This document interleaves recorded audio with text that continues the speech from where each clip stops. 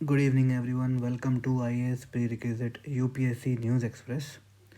आज है डेट 21 फरवरी 2023 और हम देखेंगे इंडियन एक्सप्रेस से कुछ important articles from the perspective of UPSC examinations.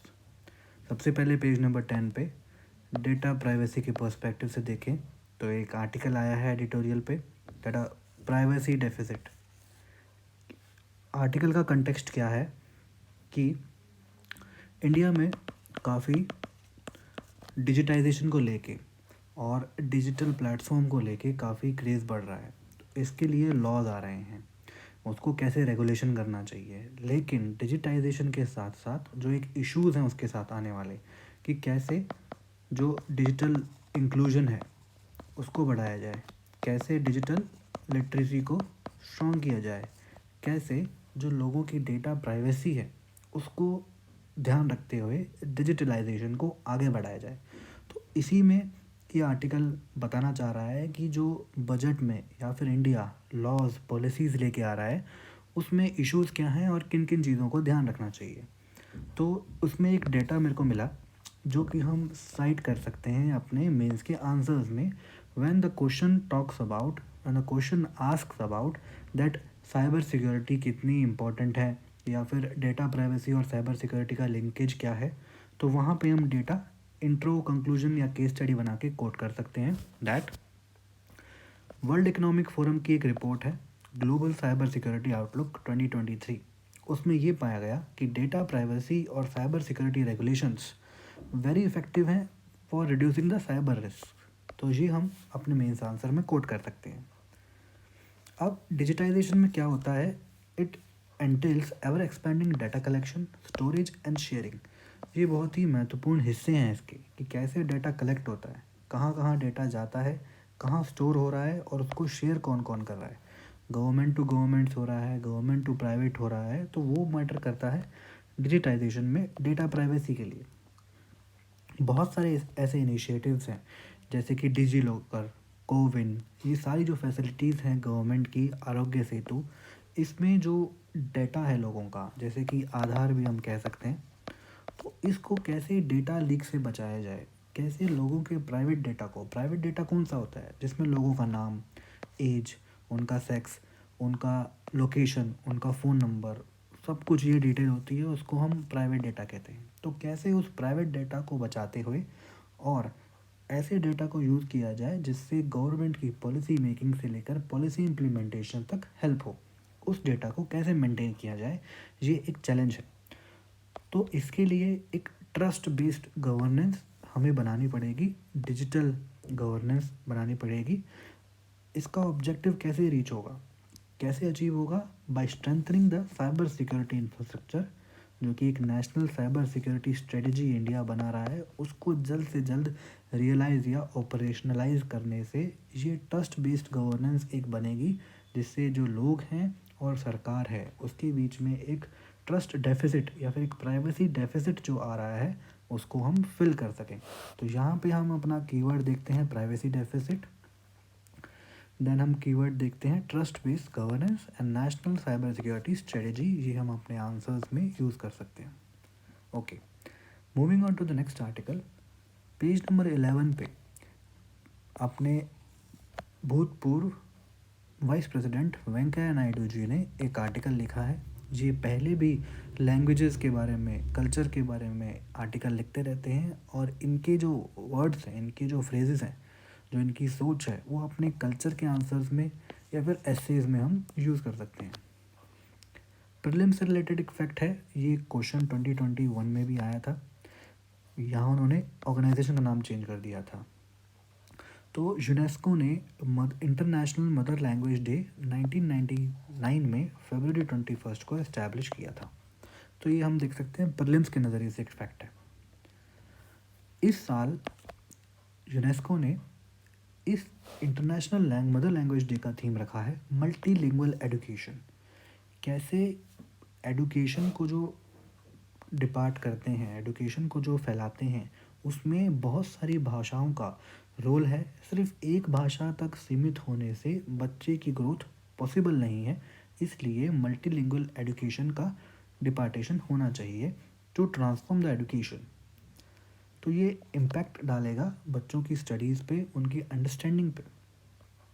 UNESCO का कहना है कि जब एजुकेशन सिस्टम को एक सिस्टम, एक भाषा पे जब वो रिलाय करता है to provide the education in only one language, it is not necessarily shared by all learners, में इम्पैक्ट नेगेटिव लर्निंग परफॉर्मेंस। तो एक भाषा में पढ़ाने से क्या होता है, सभी लोग उस स्तर पे नहीं होते हैं कि वो उस भाषा को समझ पाएँ। तो इसलिए बहुभाषी जो एजुकेशन का सिस्टम होना चाहिए उसमें काफ़ी बच्चों के लिए वो हेल्पफुल होता है। देखा गया है कि जब मोर देन वन लैंग्वेज में बच्चा बात करता है, सीखता है, तो उसकी जो सोशो इमोशनल और फाउंडेशनल लिटरेसी स्किल्स हैं वो जल्दी डेवलप होती हैं। और ऐसा बोला गया है, the languages we learn from our mothers are the home land of our inner most thoughts. जितना ज़्यादा हम अपनी मातृभाषा में शिक्षा ग्रहण करेंगे, बात करेंगे, तो अपना जो ओवरऑल डेवलपमेंट है उसमें हम बढ़ोतरी देखेंगे। तो अब मातृभाषा में बोलने का सिग्निफिकेंस क्या है, सिग्निफिकेंस, और या फिर इस चीज़ की इंटरनेशनल मदर लैंग्वेज डे की नीड क्या पड़ी। ये देखा गया कि जो वेस्टर्नाइजेशन है वो एक थ्रेट पोज करती है। As many as 42 of our dialects and languages which have fewer than 10,000 users. तो 42 से ज़्यादा ऐसे डायलैक्ट और लैंग्वेजेस हैं इंडिया में जो कि 10,000 से भी कम लोग उनमें बोलते हैं, और उनकी जो एक एक्सिस्टेंस पे एक खतरा है। अब इसके लिए हमें सिग्निफिकेंस और क्या देखते हैं इसका, अगर हमें quality education more accessible, equitable और इंक्लूसिव बनानी है तो उसके लिए हमें मदर लैंग्वेजेस को इम्पोर्टेंट देना होगा। साथ ही साथ AICTE ने एक सर्वे कंडक्ट किया जिसमें 83,000 स्टूडेंट्स का सर्वे था। उसमें से 44% स्टूडेंट्स ने ऐसा कहा कि वो अपनी मदर लैंग्वेजेस में इंजीनियरिंग या फिर अदर कोर्सेज करना चाहते हैं। तो ये भी हम एज अ केस स्टडी ना अपने मेंस के आंसर में लिख सकते हैं कि जब पूछा जाए कि सिग्निफिकेंस ऑफ मदर लैंग्वेज या फिर significance of language in education क्या है, या फिर एसेज में कोट कर सकते हैं इसको।